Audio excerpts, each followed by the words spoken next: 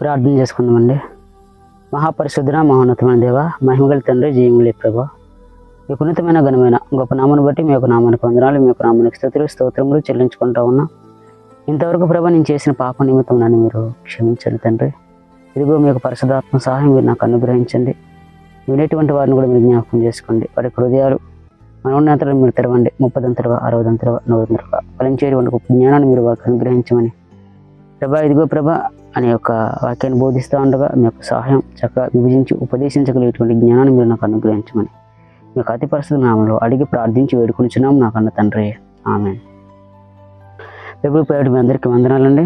పిల్లరా, మీ అందరికీ తెలుసు దేవుడు సమస్తాన్ని కూడా తయారు చేశాడు. సో ఎంత అద్భుతంగా తయారు చేశాడు, ఎంత వండర్గా తయారు చేశాడండి అండి. సో ఇటువంటి సృష్టిని ఏ మానవుడు కూడా తయారు చేయలేడండి, ఎందుకంటే దేవుడికి మాత్రమే సాధ్యం.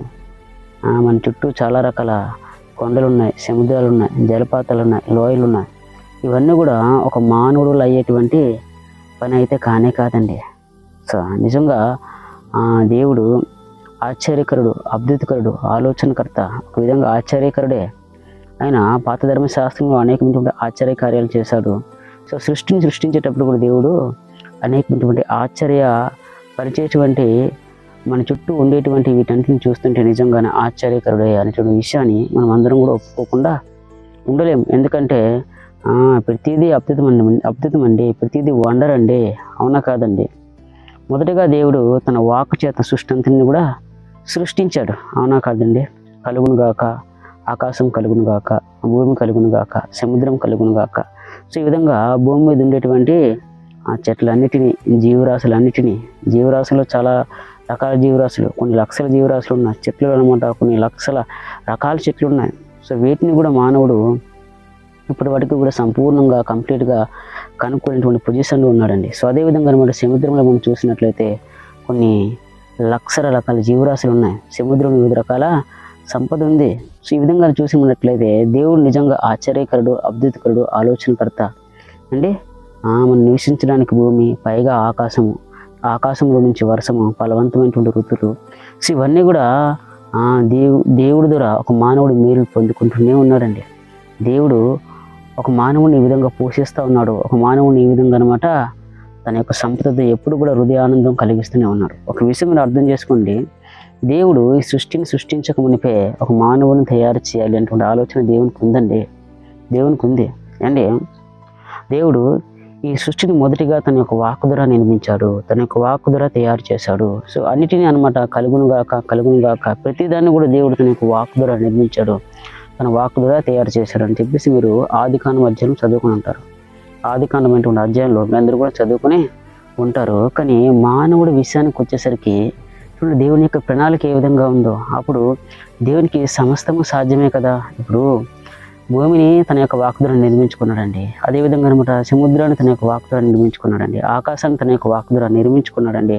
సో అటువంటప్పుడు మానవుని కూడా కలుగుగాక అంటే మానవుడు కూడా ఖచ్చితంగా ఏమైపోతాడు, తయారైపోతాడండి. ఆయనకు అసాధ్యమైందంటూ ఏమీ లేదు కదా. ఏంటి, భూమిని కింద పరిచేశాడు, ఆకాశాన్ని పైన పరిచేశాడు. మన చుట్టూ చాలా రకాల ప్రకృతి, అందులో రకరకాల ఫలాలు, రకరకాల జీవరాశులు అండి, రకరకాల ఆకుకూరలు. ఈ విధంగా మీరు చూసుకుంటే ప్రతి దాన్ని కూడా దేవుడు వండర్గా తయారు చేశాడు, చాలా అద్భుతంగా తయారు చేశాడు. ప్రతి దాన్ని కూడా తన యొక్క వాక్కు చేత దేవుడు తయారు చేశాడు. కానీ నరుడు విషయంలోకి వచ్చేసరికి మాత్రము, నరుడు దగ్గరికి వచ్చేసరికి మాత్రము దేవుడు సో ఆ విధంగా నోటు ద్వారా తయారు చేయలేదండి, తన యొక్క వాక్కు ద్వారా తయారు చేయలేదండి నరుడిని. అంటే దేవుని యొక్క ప్రణాళిక అది కాదు. మరి దేవునికి అసాధ్యమైనంటే ఏమైనా ఉందా? ఆయన ఆ విధంగా పుట్టించవచ్చు కదా, ఆ విధంగా తయారు చేయించవచ్చు కదా. ఇప్పుడు దేవుడు కలుగుగాక అంటే కలగకుండా పోతారండి. అంటే యోహాను గారి చేత పరిశుద్ధ లేఖనంలో దేవుడు ఒక మంచి మాట పరిశుద్ధాత్మ సహాయంతో అంటే ఈ విధంగా మాట్లాడిస్తాడండి.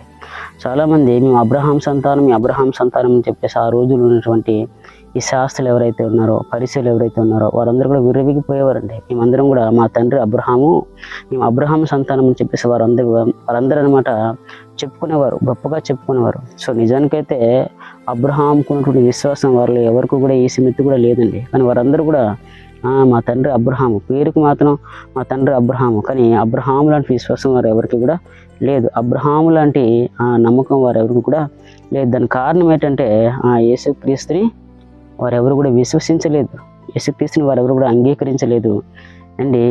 ఇప్పుడు అబ్రహాం కూడా యేసుక్రీస్తు వారిని చూడాలి అనుకున్నారంట. సో కాబట్టి ఈ విధంగా చాలామంది అబ్రహాం పేరు చెప్పుకుంటే ఆ రోజుల్లో గొప్పగా బతికేసేవారు. అంటే గొప్పగా అంటే నా ఉద్దేశం ఏంటంటే అబ్రహాం పేరు చెప్పుకుని గొప్పలకు పోయామట. ఆ విధంగా అనమాట అబ్రహాం మా తండ్రి అని చెప్పేసేవారు. ఆ విధంగా చెప్పుకునేవారు శాస్త్రులు, పరిశీలు ఎవరైతే ఉన్నారో. యోహాను గారు మాట అంటారండి పరిశుద్ధ లేఖనంలో. ఆయన ఏమంటారంటే అవసరమైతే దేవుడు ఈ రాళ్ళ వలన కూడా మానవులను తయారు చేయగలడు, నరులను తయారు చేయగలడు, నరులను పుట్టించగలడు. అంటే దీన్ని బట్టి మనకేం అర్థమవుతుంది? దేవునికి అసాధ్యమైందంటూ ఏమీ లేదు, ఆయనకి సమస్తము సాధ్యము. ఇది ప్రతిదేనేనండి. మనకంటే కూడా మనం ఇంకా మనకి మన సృష్టిలో ఉన్నటువంటి వాటన్నిటికంటే కూడా మనం ఇంకా చాలా చిన్నవాళ్ళం. అంటే మనకంటే చాలా బలమైన జంతువులు ఉంటాయి, మనకంటే కూడా చాలా బలమైన ఈ కొండలు, ఈ రాళ్ళు, ఈ పర్వతాలు ఇవన్నీ కూడా వచ్చి మన మీద పడింది అనుకోండి, ఇంక మనం బతికేటువంటి అవకాశం లేదు. అవునా కాదండి? మనకంటే కూడా శక్తివంతమైనటువంటి చిరుతపులి, సో అదేవిధంగా క్రూరు మృగము, ఇవన్నీ చూసుకున్నట్లయితే మనకంటే కూడా చాలా బలం కలిగినటువంటి, శక్తి కలిగినటువంటి చాలా వాటిని ప్రకృతిలో దేవుడు తయారు చేసేసాడండి. ప్రకృతిలో దేవుడు తయారు చేసి పెట్టేశాడండి. కానీ దేవుని యొక్క ఉద్దేశం ఏంటో, దేవుని యొక్క ఆలోచన ఏంటో మీరు చూడండి. కానీ నరుడి యొద్దకు వచ్చేసరికి మాత్రము దేవుడు తన వాక్కు ద్వారా నిర్మించాలని చెప్పేసి అనుకోలేదండి.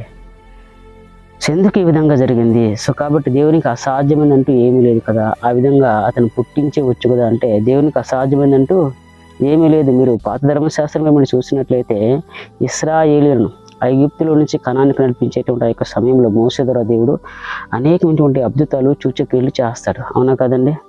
అంటే ఐగుప్తులు అనమాట చాలా రకాల సూచక్రియలు. సో అదేవిధంగా అనమాట వారు నడిచేటువంటి ఆ యొక్క సమయంలో వారికి ఎండ దెబ్బ తగలకుండా పైనేమో మేఘస్తంభము, అదేవిధంగా అనమాట వారికి ఎండ తగలకుండా మేఘస్తంభము, చలిగట్ట వేయకుండా అనమాట అగ్నిస్తంభము. ఈ విధంగా చూసినట్లయితే మిరాకిల్స్ అండి. నిజంగా వారు వేసినటువంటి డ్రెస్సులు కూడా అసలు పాడైపోవు, చెప్పులు కూడా అరిగిపోవు. నిజంగా అంతా కూడా అనమాట దేవుడు చేసినటువంటి మిరాకిల్స్. వారు నడిచేటువంటి ఆ యొక్క సమయంలో అనమాట సముద్రాన్ని నడిస్తే సముద్రాన్ని కూడా చీల్చనమాట 2 పాయలుగా చేయడం. ఈ విధంగా అనమాట కానాను దేశాన్ని నడిపించేటువంటి ఆ యొక్క సమయంలో అనేక శత్రు రాజ్యాలు ఎవరైతే ఉన్నారో వారందరూ కూడా యుద్ధానికి వస్తే ఇశ్రాయేలు ప్రజల మీద దేవుడు వారి పక్షంగా ముందుండి వారితో యుద్ధం చేస్తాడండి. సో ఈ విధంగా అద్భుతంగా మోసే ద్వారా ఐగుప్తుల నుంచి పాలుతేను ప్రవహించిన కనాను దేశాన్ని దేవుడు నడిపించేటువంటి ఆ యొక్క క్రమాల్లో మీరు దేవుడు చేసేటువంటి అద్భుతాలు మీరు చూసినట్లయితే నిజంగా అవన్నీ కూడా హిస్టరీలో ఇటువంటి అద్భుతాలు జరిగాయా, దేవునికి అసాధ్యమైందంటే ఏమైనా ఉందా అంటే ఇటువంటి అద్భుతాలు జరగడం అంటే అసలు మనం వినడమే కానీ మన కళ్ళతో మనం ఎప్పుడు కూడా చూడలేదండి. సో అటువంటి సమయంలో ఐగుప్తులు ఎక్కడే ఉన్నారు చూశారు అండి. మనం చాలాసార్లు ఈ బైబిల్లో మనం చదివేటప్పుడు వింటాం, వినట్టు మన కళ్ళతో మనం చూడలేదండి. విశ్వసించి మనం నమ్ముతున్నాం నూతన నిబంధన ప్రకారం. కాబట్టి ప్రియులారా అవన్నీ చదువుతుంది మనందరికీ కూడా గూస్ బంప్స్ వస్తూ ఉంటాయి. నిజంగా ఇవన్నీ కూడా అసలు ఇతర శత్రు దేశాలన్నీ కూడా ఇప్పుడు ఇశ్రాయేలు దేవుడు చేసేటువంటి ఆ కార్యాలను చూసి ఆ కార్యాలను విని వారందరూ కూడా వణికిపోయేవారంట, వారందరూ కూడా భయపడిపోయేవారంట. అయితే వారి మీదకి యుద్ధం చేయాలంటే వారి మీదకి వారు దండెత్తి వారిని ఓడించాలంటే అమ్మో వారికి పక్షంగా దేవుడు ఉన్నాడు అని సామాన్యమైనటువంటి వాడు కాడు. మోసే ద్వారా అనేకమైనటువంటి అద్భుతాలు చేశాడంట. ఐగుప్తులు అనమాట లెక్కలేని అద్భుతాలు, వారు నడిపించేటువంటి ఆ యొక్క సమయంలో లెక్కలేనటువంటి అద్భుతాలు చేశాడు. సో వారితో యుద్ధం చేయాలంటే వారు వచ్చి మన మీద పడితే ఇంకేమైనా ఉందో ఇంకేమీ లేదని చెప్పేసి అందరూ వణికిపోయేవారంట.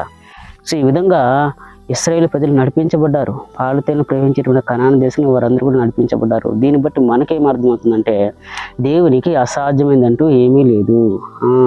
సో అన్నీ కూడా ఆయన యొక్క వాక్కు చేత నిర్మించాడు. కానీ మానవుని మాత్రము దేవునికి అసాధ్యమైందంటూ ఏమీ లేదు కదా. మానవుడు ఎందుకు ఆ విధంగా దేవుడు నిర్మించాల్సి వచ్చింది? సో అవునా కదండి?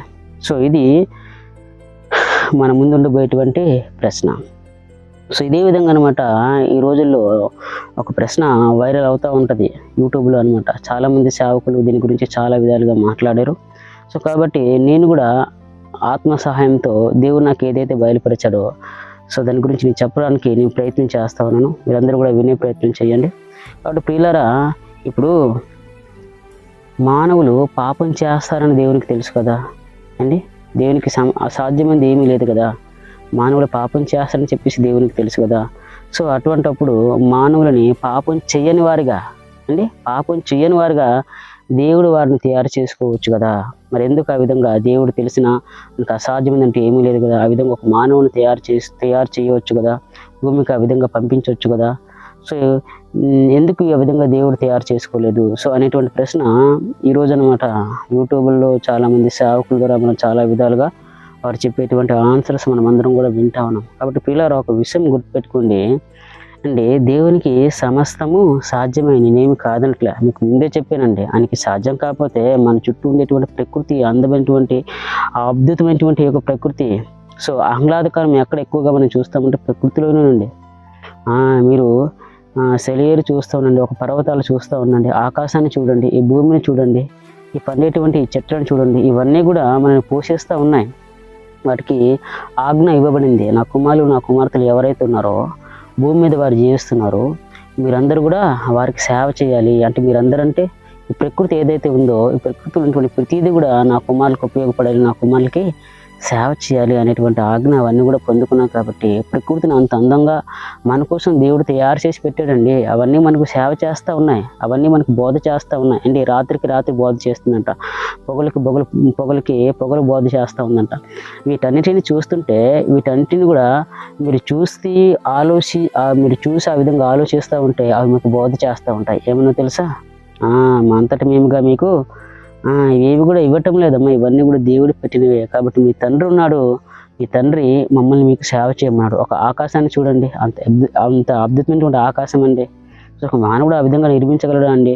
అది ఆకాశం కూడా బోధ చేస్తూ ఉంది మనకి. చూస్తూ ఉన్నప్పుడు క్రియేటర్, దీని వెనుక డిజైనర్ అనేటువంటి వాడు ఒకడున్నాడు, ఆయనే దేవుడు. కాబట్టి మీరు ఆయన కింద ఉన్నారు, మీ పైన నిర్మింపబడినటువంటి నేనున్నాను, ఆయన చేత నిర్మింపబడినటువంటి ఆకాశం అనేటువంటిది దాన్ని నేను ఉన్నాను. సూర్యుడు చూడండి, మీరు చంద్రుని చూడండి, మహాకాశములు మీరు చూడండి, గ్రహాలు చూడండి, నక్షత్రాలు చూడండి. ఇవన్నీ కూడా ఏ విధంగా అండి పడిపోకుండా రాలిపోకుండా ఆ విధంగా ఆకాశంలో నిల్చున్నాయి అండి. ఇవన్నీ కూడా నిలబెట్టింది ఎవరు? సూర్యుడి నుంచి వెళ్తున్న రప్పించేది ఎవరు? చంద్రుడి నుంచి అంత చల్లటి వాతావరణాన్ని, చల్లటి ఆ యొక్క అందులో నుంచి వెలువడేటువంటి ఆ వెలుగు ఏదైతే ఉందో చీకటి పూట, సో ఇటువంటి అద్భుతమైనటువంటి దృశ్యాన్ని కనబరిచేది ఎవరు?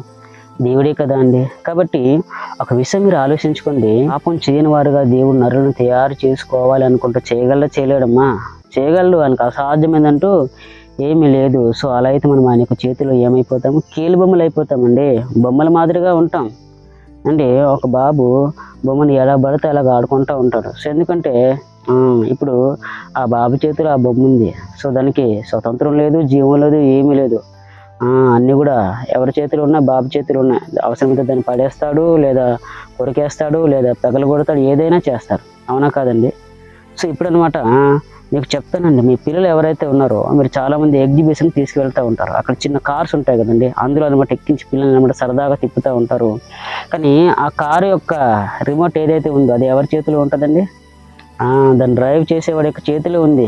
కానీ ఏంటంటే బాబు చేతిలో లేదు. బాబు జస్ట్ క్యాజువల్గా అనమాట ఒక స్టీరింగ్ పట్టుకుంటాడు అంతే, ఏదో సరదా ముందుకు పోతూ ఉంటుంది. చిన్నపిల్లలు కదండి, ఆనందిస్తుంటారు, సంతోషిస్తూ ఉంటారు. సో అవునా కాదండి? ఆ స్టీరింగ్ ఎవరి చేతిలో ఉందంటే ఎవరైతే సో దాన్ని డ్రైవ్ చేస్తూ ఉన్నారో అక్కడ ఉన్నటువంటి వ్యక్తి, ఎగ్జిబిషన్లో ఉన్నటువంటి వ్యక్తి, అతని చేతిలో స్టీరింగ్ ఉంటుంది అండి. సో ఇన్ని నిమిషాలు లేదా ఒక హాఫ్ అన్ అవర్ అని చెప్పేసి అనమాట మీరు ఇచ్చేటువంటి డబ్బులు బట్టి ఆ విధంగా సరదాగా అనమాట అందులో మీ బాబుని ఎక్కించి ఆ విధంగా డ్రైవ్ చేస్తాడు. అవునా కాదండి?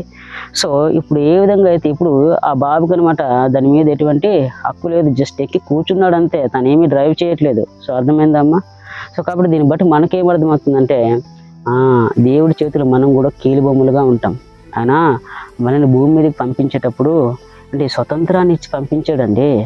నేను ఏ విధంగా పంపించాడంటే స్వతంత్రాన్ని ఇచ్చి పంపించాడు. ఏది మంచి ఏది చెడు అంటే నేను కట్టేసి ఈ విధంగా పంపిస్తే అంటే ఆయన చేతిలో రిమోట్ ఉన్నట్టే, ఆయన ఎటు పడితే అటు ఆయన ఏ విధంగా తిప్పితే ఆ విధంగా నువ్వు తిరగాల్సిందే. అవునా కాదండి? సో అలా అయితే ఇప్పుడు పాపం చేయని వారుగా దేవుడు భూమి మీద మనల్ని పుట్టించేస్తే ఆయన చేతులు మనందరూ కూడా కీలు బొమ్మలుగా మారిపోతామండి. సో కాబట్టి దేవుడు స్వతంత్రులుగా నా కుమారుని భూమి మీదకి పంపించాలి అనుకున్నాడు తప్ప స్వతంత్రం ఇవ్వకుండా పంపించకూడదు అటువంటి ఉద్దేశం దేవుడు కలిగి ఉన్నాడండి. ఇప్పుడు స్వతంత్రం ఇవ్వకుండా పాపం చేయని వారుగా మన దేవుడు పుట్టించగలరా అంటే పుట్టించగలడు. ఒకవేళ ఆ విధంగా పుట్టించాడు అనుకోండి, ఇప్పుడు దేవదూతలకి మనకి ఏమైనా సంబంధం ఉందండి? ఏమైనా సంబంధం ఉందా? దేవదూతలకి మనం కూడా దేవదూతల వల్లే ఉంటాం. సో ఎందుకంటే మనం కూడా అవి కూడా పాపం చేయని వారుగా దేవుడు తయారు చెయ్యాలి అనుకుంటే తయారు చేయగలడు. సో అలాగైతే దేవదూతలకి మనకి ఏ డిఫరెంట్ ఉండదండి. సో ఏ విధంగా అయితే దేవుని స్తుతిస్తూ ఆరాధిస్తూ ఉంటాయో పాపం చేయనటువంటి వాటిగా మనం కూడా అదే విధంగా ఉంటాం. అవునా కాదండి? ఆయన చేతిలో మనం ఉన్నాం కదండి. రిమోట్ ఆయన చేతిలో ఉంది. ఆయన ఎటు నడిపిస్తే అటువంటి వెళ్తూ ఉంటాం. సో అటువంటిప్పుడు దేవుడు మనల్ని సృజించాల్సి వచ్చినటువంటి అవసరత లేదు. అర్థమైందా అండి? దేవుడు నిన్ను స్వతంత్రాలుగా భూమి మీదకి పంపించాలి. ఎందుకంటే ఈ మట్టి మొదట్లో దేవుడు జ్ఞానాన్ని పెట్టాడండి. ఆ విషయం మీరు అర్థం చేసుకోండి. దేవుడు మట్టితో నరుని నిర్మించి ఆయన ఒక జీవవాయువును వదుగా జీవాత్మ ఆయను అనేటువంటి మాట మనం లేఖనంలో చదువుకుంటూ ఉంటామండి. సో ఈ విధంగా అనమాట దేవుడు ఒక మట్టితో అనమాట మనిషిని చేసేటప్పుడు ఆయన యొక్క హృదయంలో ఎప్పుడూ ఆ విధంగా అనుకున్నాడండి. సో ఈ విధంగా అనుకున్నాడు, తన యొక్క కుమారుని స్వతంత్రంగా భూమి మీదకి పంపించాలి. ఆ మట్టి మొదల్లో జ్ఞానాన్ని దేవుడు పెట్టేశాడండి. సో కాబట్టి అప్పటి నుంచి ఇప్పటి వరకు కూడా మానవుడు ఎప్పుడు కూడా అభివృద్ధి చెందుతూనే ఉన్నాడు. ప్రతి విషయంలో కూడా మానవుల అభివృద్ధి మనకు కనిపిస్తూ ఉంటుందండి. ప్రతి విషయంలో కూడా మానవుల్లో మనకి ఏదో విధంగా ఎదుగుదల అనేది కనిపిస్తూ ఉంటుంది. మీరు అబ్జర్వ్ చేసే ఉంటారు. ఆ కాలం ఏ విధంగా ఉంది, ఈ కాలం ఏ విధంగా ఉంది, మన తాత ముత్తాతల కాలం ఏ విధంగా ఉంది, ఇప్పుడు ఈ ముత్తాతల కాలం ఏ విధంగా ఉంది. సో కాబట్టి ఇదంతా మీరు గమనించినట్లయితే సో అది దేవుడు ఏదైనా చేయగలడు. ఆయనకు అసాధ్యమైందంటూ ఏమీ లేదు అనేక విధాలుగా నాకు అసాధ్యమైందంటూ ఏమీ లేదని చెప్పేసి యేసుక్రీస్తు అంటే కూడా తన కుమారుని ద్వారా కూడా దేవుడు చెప్పించాడు. సో అవునా కదండి? ఇప్పుడు యేసుక్రీస్తు వారు ఒక పండుగ అయినప్పుడు యెరూషలేముకి వస్తారు.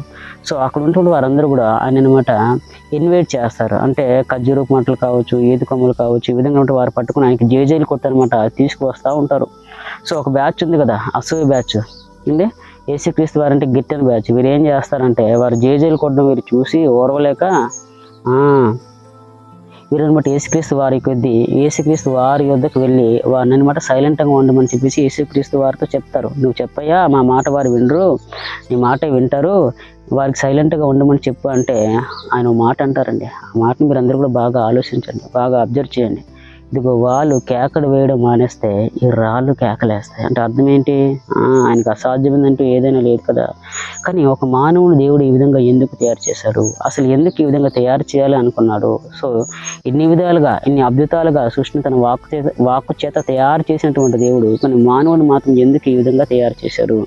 సో అనేటువంటి విషయాన్ని మీరు అర్థం చేసుకున్నట్లయితే ఒక ఆలోచన హృదయంలో ఉంటుందండి. ఒక ఆలోచన ముందుగా ఆయన చేస్తాడండి. సో అదేంటో తెలుసా? ఒకసారి మీరు లేఖనంలో మీరు చూసినట్లయితే ఎఫెసీయులకు రాసిన పత్రిక 1వ అధ్యాయము 4-5 వచనం మీరు చూడండి. ఎఫెసీయులకు రాసిన పత్రిక 1వ అధ్యాయం 4-5 వచనాలు. అక్కడ ఈ విధంగా రాయబడి ఉంటుంది. ఎట్లనగా తన ప్రియుని యందు తను ఉచితముగా మనకు అనుగ్రహించిన తన కృపా మహిమకు కీర్తి కలిగినట్లు తన చిత్త ప్రకారం దయా సంకల్పం చెప్పున యేసుక్రీస్తు ద్వారా తనకు కుమారులుగా స్వీకరించుటకై మనలను ముందుగా తన కోసం నిర్ణయించుకొని మనము తన ఎదుట పరిశుద్ధులను నిర్దోషులుగా ఉండవలనని జగత్తు పునాది వేయబడక ముందే ప్రేమ చేత క్రీస్తులో మనలను ఏర్పరచుకునను. అంటే అర్థం ఏంటి? జగత్తు పునాది వేయబడక ముందే, అంటే ఈ సృష్టికి పునాది వేయబడక ముందే, ఈ ఆకాశం, భూమి, సముద్రం, అందులో నుంచి సకల జీవరాశులు దేవుడు తయారు చేయకముందే అప్పటికి నిరాకారంగా ఉంది, ఏమీ లేదు, శూన్యంగా ఉంది. సో అప్పుడే దేవుడిని ఏ విధంగా తయారు చేయాలని చెప్పేసి అనుకున్నాడంట. సో ఈ విధంగా మట్టితో తయారు చేసి మట్టిలో నుంచి నిర్మించి మట్టి సహాయంతో నిర్మించి జీవవాయువుని ఎక్కించి భూమి మీద పంపించాలని చెప్పేసి దేవుడు అనుకున్నాడు. సో అయితే ఇక్కడ మన దేవునికి తెలియదండి పాపం చేస్తారని చెప్తే దేవుడు భూమి మీదకి నేను పంపించింది నువ్వు పాపం చేయమని చెప్పేసి దేవుడు ఏమైనా చెప్పాడా? ఏమని చెప్పాడండి? నీతిగా ఉండండి, నిజాయితీగా ఉండండి, మీరు ఉండగలరు. దేవుడు ఒక మాట రాయబడి ఉంటుందండి ప్రసంగి గ్రంథంలో, దేవుడు నరులను యథార్థవంతులుగా పుట్టించను, అయితే వారు వివిధమైనటువంటి తంత్రములు కల్పించుకున్నారు. అంటే దేవుడు తల్లి యొక్క గర్భంలో నిర్మించేటప్పుడు, తల్లి యొక్క గర్భంలో రూపించేటప్పుడు నీలో ఏ పాపం పెట్టి భూమి మీదకి పంపించాడండి. యథార్థమంతుడుగా నీతిమంతుడుగా దేవుడు పంపిస్తూ ఉన్నాడు. తన స్వరూపాన్ని ఇచ్చి తన యొక్క పోలికనిచ్చి నిన్ననమాట ఈ భూమి మీదకి దేవుడు యథార్థమంతుడుగా నీతిమంతుడుగా పంపిస్తూ ఉన్నాడు. కానీ ఏంటంటే ఈ విధంగా పంపించినటువంటి కుమారులు ఎవరైతే ఉన్నారో వీరందరూ కూడా అనమాట ఈ లోకంలోకి వచ్చిన తర్వాత లోకాశలకు లొంగిపోయి వారందరూ కూడా ఈ లోకాన్ని చూసి వాటికి బానిసయ్యి లోకాశలకు లొంగిపోయి అపాధ్యతలో వారందరూ కూడా కీలు బొమ్మలుగా మారిపోయి మొత్తానికి దేవుడు పుట్టినప్పటి నుంచి అంటే ఏ యథార్థవంతుడుగా దేవుడు భూమి మీదకి పంపించారో ఆ యథార్థాన్ని కాపాడుకోలేక మొత్తానికి దేవునికి దూరం అయిపోతూ ఉన్నారండి. ఇక్కడ దేవునికి ఇంటెన్షన్ ఏంటంటే అండి, ఇప్పుడు దేవునికి తెలియదా అండి పాపం చేస్తారని చెప్పి అనమాట. మీకు విషయం చెప్తానండి అండి. ఇప్పుడు యూదా అనేటువంటి వ్యక్తి యేసుక్రీస్తును అమ్మేస్తాడు అనేటువంటి విషయం యేసుక్రీస్తుకి ఎప్పుడు తెలుసండి? జగత్తు పునాది వేయబడక ముందే తెలుసు, తన కుమారుని ఈ విధంగా భూమి మీదకి పంపిస్తాను అండి, ఈ విధంగా యూదా అనేటువంటి వ్యక్తి అమ్మేస్తాడని చెప్పేసి దేవునికి ఎప్పుడు తెలుసు? జగత్తు పునాది వేయబడక ముందే తెలుసు. కాబట్టి ధర్మశాస్త్రంలో అనేకమైనటువంటి భక్తుల ద్వారా తనకు ఇష్టమైనటువంటి సేవకుల ద్వారా ముందుగానే రాయించేశాడు. కానీ అర్థమైందంటే దేవునికి ఇంటెన్షన్ దీన్ని బట్టి మనకేం అర్థమవుతుందండి? నీవు నీతిగా ఉండు, యథార్థంగా ఉండు, నా యొద్దకు రా. సో కాబట్టి దేవుడు భవిష్యత్ జ్ఞాని, అంటే జరగబోయే విషయం ముందు ఆయనకి తెలుసు. కాబట్టి ఆ విధంగా తెలిసినా సరే యూదాకనమాట దేవుడు ఏమైనా ఇవ్వకుండా ఆపేశాడండి. యేసుక్రీస్తు తో పాటు శిష్యుడు ఉండడానికి అర్హత కల్పించాడండి. ట్రెజరర్ పోస్ట్ ఇచ్చేశాడు. అంటే వాడు దొంగతనం చేస్తున్నాడని తెలిసినా సరే యేసుక్రీస్తు అతను ఏమైనా కూడా కాదు, సంచిలో ఉండేటువంటి డబ్బు ఏదైతే దొంగతనం చేసేసేవాడంట అండి. సో ఈ విధంగా మారడానికి అవకాశం ఇచ్చాడు. యేసుక్రీస్తు వారు తెలియదని కాదు, వాడు చేసుకునేటువంటి తప్పు. ఎందుకంటే ఈ తప్పును తీసుకుని నువ్వు దేవుని మీద రుద్దకూడదు. ఎందుకంటే నువ్వు నీతిగా నిజాయితీగా ఉండాలి, తిరిగి రావాలని చెప్పేసి దేవుని భూమి మీద పుట్టించాడు. దేవుని భూమి మీద నేను తయారు చేశాడు. అర్థమైందా? కానీ ఏంటంటే ఏం జరగబోతుంది అనేది దేవునికి ఫ్యూచర్ గురించి ఆయనకి తప్ప ఎవరికి తెలియదు. ఈ విధంగా నేను రక్షించుకోవాలని చెప్పి దేవుడు ప్రయత్నం చేశాడు. కానీ నువ్వు ఆ విధంగా ఉండలేకపోయావు, నువ్వు ఆ విధంగా బ్రతకలేకపోయావు. తప్పు నీది, దేవునిది కాదు. అర్థమైందండి? ఆయన భవిష్యత్ జ్ఞాని, అల్పయు ఒమేగయు నేనే అంటారు. సో అవునా కదండి? సో ఈ విధంగా చూసినట్లయితే అదేవిధంగా దేవుళ్ళని ఇప్పుడు మానవులను కూడా దేవుడు అదే విధంగా తయారు చేశాడండి. అదే విధంగా తయారు చేశాడు. ఎందుకంటే వీళ్ళు నీతిగా జీవించగలరు, యథార్థవంతులుగా జీవించగలరు. అవసరమైతే నా కోసం బ్రతికి భూమి మీద జీవించి నేను ఏదైతే మీకు ఇచ్చానో, ఏ సంపదనైతే భూమి మీద పెట్టానో, మీరందరూ కూడా యాత్రికులు ప్రయాణికులుగా ఉన్నారు. కాబట్టి మీరు తిరిగి రావాలి, నా యొద్దకు మీరు చేరాలి. సో మీరు ఏది మంచి ఏది చెడు వివేచన చేసుకోగలిగేటువంటి ఆ జ్ఞానం మీ మట్టి మధ్యలో మీకు పెట్టేశాను. సో కాబట్టి మీరు నా యొద్దకు రావాలని దేవుడు అనమాట భూమి మీద ఈ మనసును పంపించాడు. మీరు పాపం చేసండి భూమి మీద అనమాట, మీరు పాపం చేసి దోషిగా మారిపోండి, పాపాత్మలుగా మారిపోండి. ఈ ఉద్దేశంతో దేవుడు నేను పుట్టించలేదండి. అర్థమైందా అండి? ఈ ఉద్దేశంతో దేవుడు నిన్ను పుట్టించలేదు. నువ్వు పవిత్రుడుగా ఉండగలవు, సో జీవించగలవు. కానీ ఏంటంటే మానవులు చాలామంది అలా విధంగా ఉండలేకపోయారండి. అంటే యేసుక్రీస్తు వారు కూడా ఎటువంటి శరీరంతో వచ్చాడు? పాప శరీరాకారము అనేటువంటి మాట రోమిలకు రాసిన పత్రిక 8వ అధ్యాయం ఆ విధంగా రాయబడి ఉంటుంది. సో అర్థం ఏంటి? దేవుడు అనమాట తన కుమారుని పంపించి మీరందరూ కూడా ఈ భూమి మీద పుట్టారు, కానీ సాతాను చేత మీరందరూ కూడా ప్రేరేపింపబడి పట్టబడి అతనికి లొంగిపోయి అతనికి కుమారులుగా మారిపోయారు. కానీ నా కుమారుడు నన్ను సంతోషపరుస్తాడు, నాకు ఇష్టమైనటువంటి కుమారుడు అని చెప్పేసి అనమాట. ఎవ్వరూ చేయలేనటువంటి, ఎవ్వరూ జీవించలేనటువంటి అండి చాలా రికార్డ్స్ ఉంటాయి భూమి మీద. కానీ పాపము చెయ్యకుండా బ్రతికినటువంటి నరుడు భూమి మీద ఎవడూ లేడండి. This is the wonder of record. ఆ రికార్డు ఎవరికి అంకితం? అది యేసుక్రీస్తు వారికి మాత్రమే. One and only Jesus Christ. So ఈ విధంగా బ్రతికి మీరు బ్రతకగలరు. కాబట్టి ఈ విధంగా బ్రతకగలరు అని చెప్పేసి దేవుడు తన కుమారుని పంపించి చేసి చూపించాడండి. అర్థమైందా అండి? కాబట్టి దేవుని యొక్క ముఖ్య ఉద్దేశం ఏంటంటే ఆయన ముందుగా ఏం జరగబోతుందో తెలుసుకునేటువంటి వాడు. ఇప్పుడు ఆయన యొక్క ప్రణాళికలో అది లేదు. అర్థమైందా అండి? ఇప్పుడు ఏదో విధంగా నా కుమారుని పుట్టించేసుకుంటాను, ఒక చెట్టు ధర, ఒక పుట్ట ధర, లేదనమాట ఒక కాయ ధర, లేదనమాట ఇంకా వేరే విధంగా అనమాట ఇసుకలో నుంచో, మట్టిలో నుంచో, భూమిలో నుంచో, ఆకాశం పై నుంచో, సో ఈ విధంగా అనమాట పుట్టించు కొంటారని చెప్పేసి దేవుడు అనుకోలేదు. అది ఆయన ప్రణాళిక కాదు. తన కుమారుని ఈ విధంగా పుట్టించాలని చెప్పేసి దేవుడు అనుకున్నాడు. ఏమో మీకు అర్థమవుతుందా? అర్థమవట్లేదా? ఆయన పుట్టించుకోవాలంటే ఏ విధంగా పుట్టించుకోగలడు. కానీ ఏంటంటే సో ఈ విధంగా పుట్టించుకోవాలని చెప్పేసి దేవుడు జగత్తు పునాది వేయబడక ముందే ఆయన అనుకున్నాడండి. ఆయన హృదయంలో కలిగినటువంటి ఆలోచన, ఆయనకు కలిగినటువంటి ఆలోచన అది ఆయనకి మంచిదిగా అనిపించింది. అర్థమైందా అండి? సమస్తాన్ని కూడా దేవుడు సృష్టించాడు, సో మంచిది అన్నాడు. అర్థమైందా అండి? సో అదే విధంగా అనమాట మనల్ని దేవుడు సృష్టించాడు, మంచిది అన్నాడు. ఇప్పుడు ఆకాశంనేమో ఈ భూమిని చోటపరిచి భూమినేమో ఆకాశాన్ని పరిచాడు అనుకోండి, అది దేవుని దృష్టికి మంచిది కాదండి. ఏది మంచిది? ఆకాశం పైన ఉంటేనే మంచిది. ఎందుకంటే భూమి ఇప్పుడు ఆకాశం కింద అనుకోండి, ఇక్కడ నుంచి ఏ విధంగా వర్షం వస్తుందండి? ఆకాశం పైన ఉంటేనే మనకి మేలు, మనకంతా కూడా సౌకర్యంగా జరుగుతుంది, హ్యాపీగా సంతోషంగా మనకు జీవన విధానం గడుస్తుంది. ఎందుకంటే వర్షం ఇవ్వాలి కాబట్టి అదన్నీ కూడా అంత పెద్ద ప్రాసెస్ అండి. సముద్రాల నుంచి, అదేవిధంగా అనమాట అది వాటర్ ఫిల్టర్ చేసుకుని అందులో మేఘాలుగా ఏర్పడి తిరిగి వర్షంలో భూమి మీదకి పడాలి. సో ఈ విధంగా అనమాట అది దేవుడు చేసింది ప్రతిదీ మంచిది. నువ్వు నన్ను ఏ విధంగా చేసావని చెప్పేసి నువ్వు దేవుని ఎదిరించడానికి, ప్రశ్నించడానికి నీకు ఎటువంటి రైట్స్ లేవు. సో ఆ విధంగా దేవుని అడిగావంటే మీ అమ్మ దగ్గరికి వెళ్ళాలన్నమాట. అమ్మ నన్ను ఈ విధంగా ఎందుకు కన్నావమ్మా, నన్ను ఈ విధంగానే నీ గర్భం గుండా ఎందుకు కన్నావు అనేటువంటి ప్రశ్న మీ అమ్మగారికి వేసావనుకోండి, మీ అమ్మగారు ఏం సమాధానం చెప్తారు? అయ్యా అది నా చేతిలో లేదురా బాబు, అది దేవుని చేతిలో ఉంది, దానికి మంచిదిగా అనిపించింది కాబట్టి నా గర్భం కూడా నేను పంపించాడు అని చెప్పేసి ఇంకో ఇటువంటి క్వశ్చన్ అయితే అది బుద్ధిహీనతను క్వశ్చన్ అవుతుంది. అవునా కదా? అలాగైతే నువ్వు ఆకాశాన్ని కింద పెట్టొచ్చు కదా, భూమిని పైన పెట్టొచ్చు కదా అన్నావంటే అది వెర్రి వాళ్ళు వేసేటువంటి క్వశ్చన్. అది దేవుని దృష్టికి మంచిది కాదండి.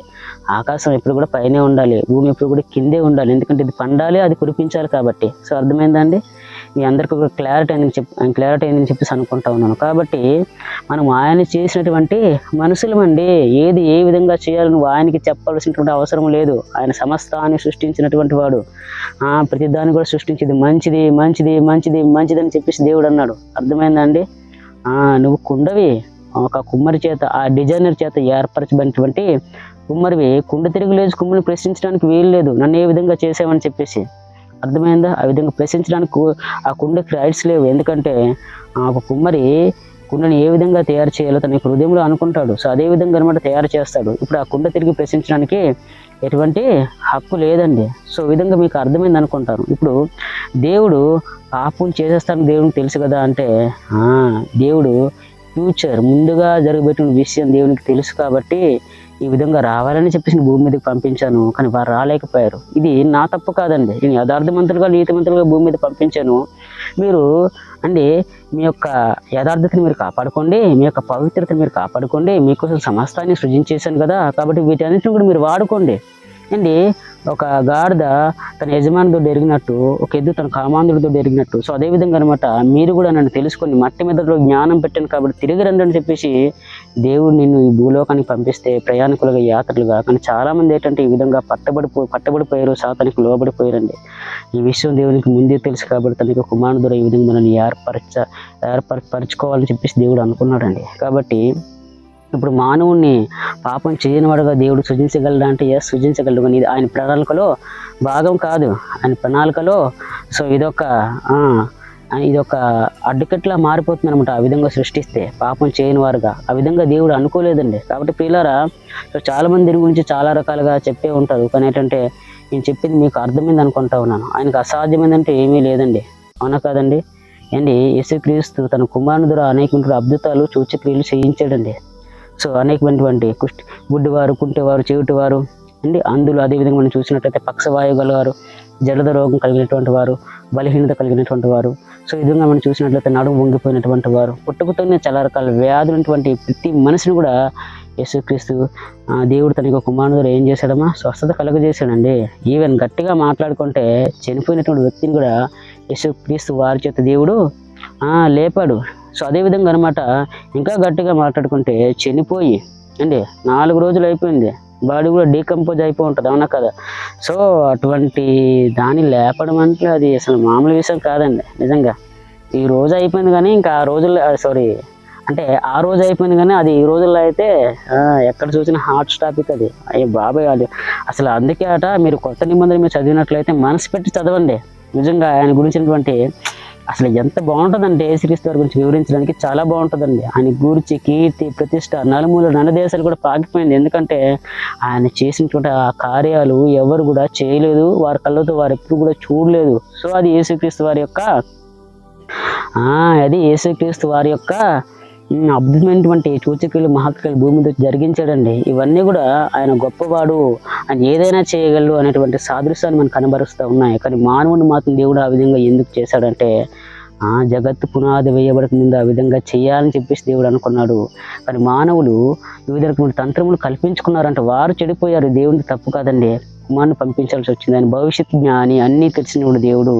సో కాబట్టి ఈ విధంగా దేవుడు అనమాట కుమారుని చేర్చుకోవాలి తండ్రి యొద్దకు అని చెప్పేసి, కుమారులను చేర్చుకోవాలి తండ్రి యొద్దకు చెప్పేసి అనుకున్నాడు. సో కాబట్టి ప్రియులారా, ఈ క్వశ్చన్కి మీకు ఆన్సర్ అర్థమైంది అని చెప్పేసి అనుకుంటా ఉన్నాను.